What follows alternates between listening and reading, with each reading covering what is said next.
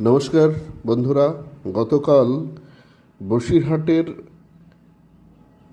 শাকচূড়া বাজারে মাতৃমন্দির অর্থাৎ কালী মায়ের মন্দিরের বিগ্রহকে ভাঙার প্রতিবাদে তাৎক্ষণিকভাবে বসিরহাটের সনাতনীরা এক তীব্র প্রতিবাদ এবং বিক্ষোভ মিছিল করে। এই বিক্ষোভ প্রদর্শন হয় ময়লাখোলার তিনমাথার মোড়ে। হিন্দুদের তীব্র প্রতিবাদের এবং দোষীকে অবিলম্বে গ্রেপ্তারের দাবিতে একজনকে গ্রেপ্তার করা হয়েছে। এটাও আইওয়াশ, তাকে মানসিক ভারসাম্যহীন হিসাবে চালানোর চেষ্টা করা হচ্ছে।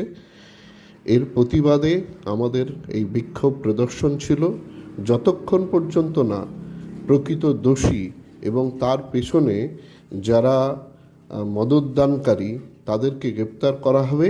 সনাতনীদের, হিন্দুদের এই বিক্ষোভ চলবে, পরবর্তীতে আরও বড় আকারে হবে।